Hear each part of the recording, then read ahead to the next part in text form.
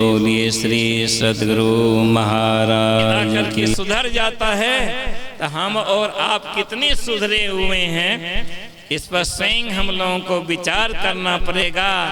तब जाकर के गुरु बाबा से पूछिएगा तो कहेंगे नाहिन करियो जगत से प्रीति। कहा क्यों? तो जगत था भयंकर भवनिधि जहाँ सब दुख की रीति, जहाँ सब भूल भुलावन कौतिक समझी परे नहीं नीति, रहे जहाँ छाई अनति भाग भाग जल्दी भाग, उठ जाग मुसाफिर भोर भई अब रैन कहाँ जो सो बताए। जरा बताए, रैन रात बीत गई, प्रभात तक के बेला में नील गगन में भुवन भास्कर दमक उठा, उनकी लाल लाल रश्मियां आकर के गाल पर थमेचा लगा रही। उठो, अरे सोए हुए क्यों है, उठो।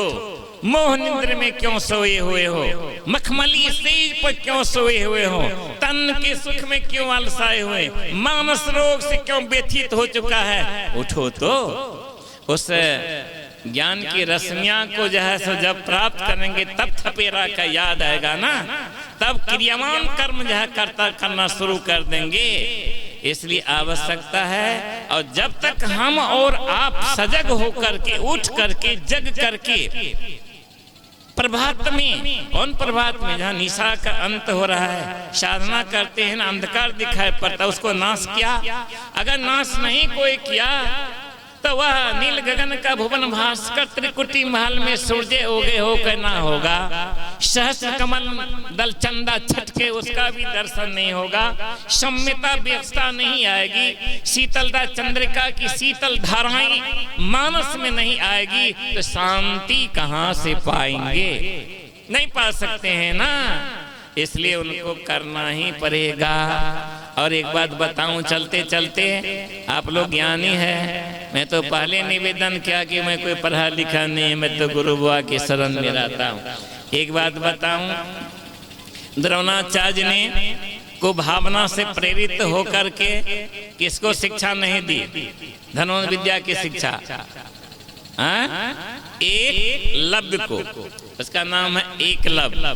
कहा जाता था सामान्य जाति में उत्पन्न लिया था, पैदा लिया था, उसने दीक्षा शिक्षा नहीं दी। लेकिन उन्होंने यह द्रोणाचार्य की मूर्ति को बना करके एकं सद्विप्रा बहुधा वदन्ति, एको हम द्वितीयो नास्ति, एक प्रभु पर उन्होंने निष्ठावान हुआ।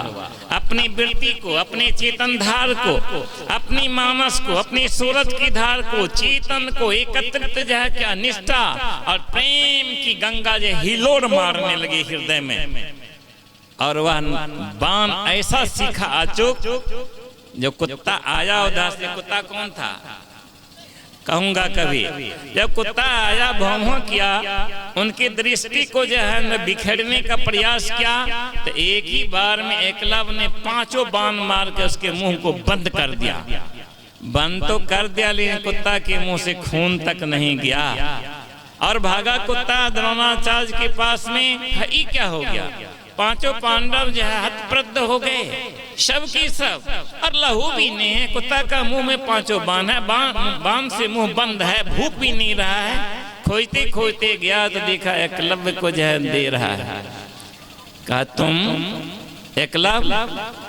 का ऋषि मुनि कह गए एकं सद्विप्रा बहुधा वदन्ति, एक ही एक ईश्वर है।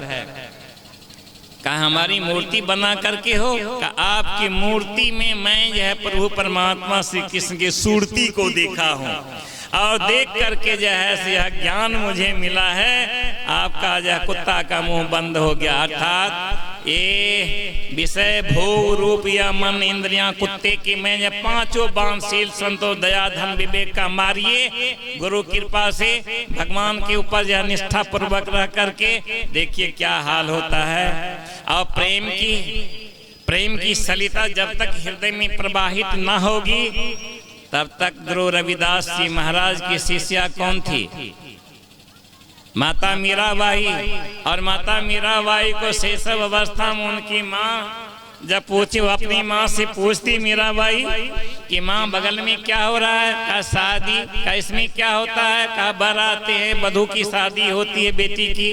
कहा हमारा बर कहाँ? का वो विष्णु भगवान भगवान कृष्ण की मूर्ति थी, का वही तुम्हारा बर है, कही हमारा बर है। और तब जब वह अपनाई और सारी इंद्रियों को समेट कर फुल कंसंट्रेट उस पर अपने सूरत को कर दी, तो जाकर के राणा के इतिहास को मेवाड़ में पूछिए कि वह मूर्ति से वह बात करती थी घंटों घंटा, अध्यात्म का ज्ञान अर्जन जो है से क्या करते थे। और रविदास जी महाराज के पास से लौट के आए गुरुदेव, तो कहा बेटी अब तो तुम सबके अंतःकरण की ब्यूटी बन गई हो, सच्चिदानंद बन गई हो। क्यों पत्थर में भी वही प्रभु को देखते हो और पत्थर के परे भी उन्हीं को देखा करते हो।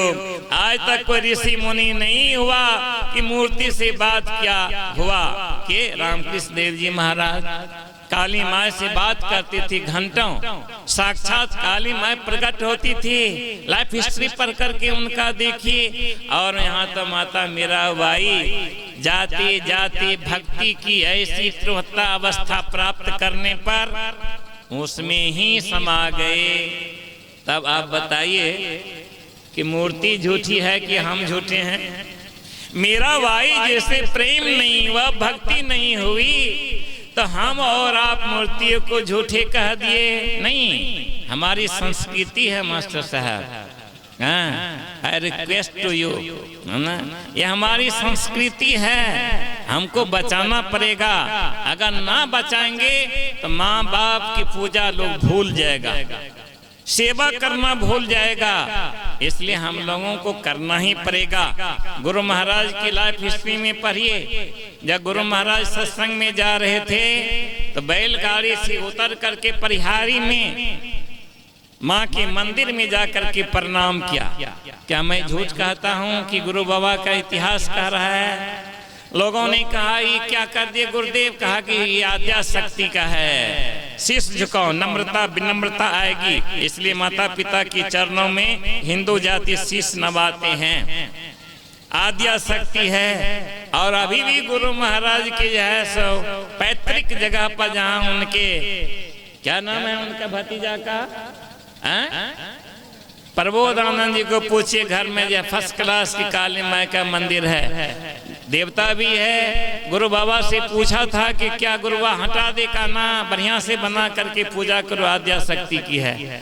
तब हम और आप क्या करेंगे बताइए जरा सा? क्या होगा जब तस्वीर झूठी है? तो बाबा लोग को पूछिए अपनी तस्वीर क्यों बांटते हो, क्यों तस्वीर छपाते हो? आप शिक्षक रहे हैं, अगर यदि विद्यालय को तोड़ दीजिएगा तो कल शिक्षा का लोप हो जाएगा, नहीं होगा, लोप हो जाएगा। इसलिए सरकार हमारी जो है घर घर मोहल्ला मोहल्ला जो है स्कूल बनाते हैं, कॉलेज बनाते हैं, सब चीज बनाते हैं। उसी तरह से मंदिर मठ को अगर ध्वंस कर दिएगा तो धर्म का लोप हो जाएगा। तब फिर माता पिता की सेवा किसको कहते हैं? शिष्टाचार सदाचार सूचाचार किसको कहते हैं? नैतिकता के भाल पर जो हमारी मानवता का शान चमक रहा था सब हो जाएगा। मन के तरंग में असा सागर में जो लहरियां ज्वालामुखी भभक रही थी बाहर आ जाएगी और नष्ट भ्रष्ट समाज जो है सो हो जाएगा। इसलिए उसको बचाने के लिए हमारे संस्कृति की आवश्यकता है। I don't want to discuss you at this time for that point and matter. Please excuse me. इसको एक्सेप्ट करना ही पड़ेगा। इसलिए हम लोग गुरु बाबा का जहाँ भी सत्संग होता है उबर भूमि में अपनी कहा न मास्टर साहब कहा, कौन जानता था इस उबर भूमि पर यह सत्संग होगा? ये सत्य के लिए होता है, सत्य के लिए होता है। हम तुम एक हो, हम तुम एक हो, कोई जात नहीं है, केवल एक मानव जाति है। अगर भगवान कृष्ण से पूछिए तुम आपने क्या कहा? ममे बांसो जीव लोके जी भूता सनातना, मेरा ही सब संतान है। अगर यदि जात पात होता तो भगवान राम क्यों जाते माता सबरी के जूठा बैर खाने के लिए? अगर जात पात होता तो भगवान श्री कृष्ण तो पूर्ण ब्रह्म थे, क्यों जाते छिलका खाने के लिए? जरा सा बताइए, किनका छिलका खाए थे? विदुर विदुरानी के। क्यों जाते? उन्होंने बता दिया कोई जाति नहीं है। जाति तो यहाँ आकर के पाखंडियों ने बनाया है। पाखंडियों ने बनाया है। उसी पाखंडपन को नाश करने के लिए संत महात्मा से घूम घूम करके जो है उपदेश करते हैं। हम सब एक पिता की प्रभु परमात्मा की संतान हैं, हम सब भाई बहन हैं, कोई जात पात कुछ भी भेदभाव नहीं है। इसलिए इस भेदभाव को मिटाओ। उसी के लिए हमारे अजय जी बहुत दिन से कान चले गए, फिरार हो गए, कामकाज में व्यस्त है। उन्होंने जा करके बहुत दिन से कहा, राजीव को कहा, बद्रीनाथ जी को कहा और को कहा। तो हमने कहा कि बाबू उस गांव में तो कभी हुआ सत्संग का? हजूर होगा सत्संग, आदेश दीजिए। तो मैंने कहा सत्संगियों को जरा सा कह देना, सब की सब उस विभूति को लेकर के आएंगे उस स्थल पर जिस माटी की कण कण में सत्य का बू भरेंगे और दिखा देंगे कि हम लोग मानव एक है, मानव का धर्म एक है और हम लोग ऐसे गुरु के शिष्य हैं जहाँ जातिवाद, वर्गवाद, वर्णवाद कुछ भी नहीं है, कुछ भी नहीं है, हम सब एक हैं। उसी ख्याल से अजय जी आए थे, बहुत उन्होंने कहा। तो मैंने कहा मैं जाऊं क्या? कल के हजूर आपको जाना ही पड़ेगा। तो मैं आप लोगों के पास आया, इस गांव में आया, यहाँ के गांव के लोगों का दर्शन दिग्दर्शन किया, इस माटी को नमन किया, इस माटी को नमन किया। धन्य है यह माटी और धन्य है यहाँ की नागरिक, ये कम से कम हरी चर्चा तो जो है शुरू कर दिए। और आप सब भी भाई बहने कहाँ कहाँ से आए, गवैया साहब भी आए हमारे, और वह आप ही का पड़ोसी ढम वाले सब भी आए, डॉक्टर साहब वगैरह भी। कितना बढ़िया से भजन कीर्तन हुआ, माँ बहनें सब आई, भाई बंधु आए और सत्संग का कार्यक्रम हुआ। रात्रि बेला है, ठंडे का कुछ असर है, इसलिए चलना है। मेरे जैसा भिखारी को भी जाना है। तो फिर कभी गांव वाले जब सोचेंगे ये सत्संग हो तो आप लोग आकर के अवश्य सत्संग जो है कर देंगे। लेकिन सत्संग हम करते हैं, लेकिन सत्संग का अर्थ तो विपरीतार्थ शब्द असत्य होता है, तो फिर हम असत्य से बचे नहीं। हमारी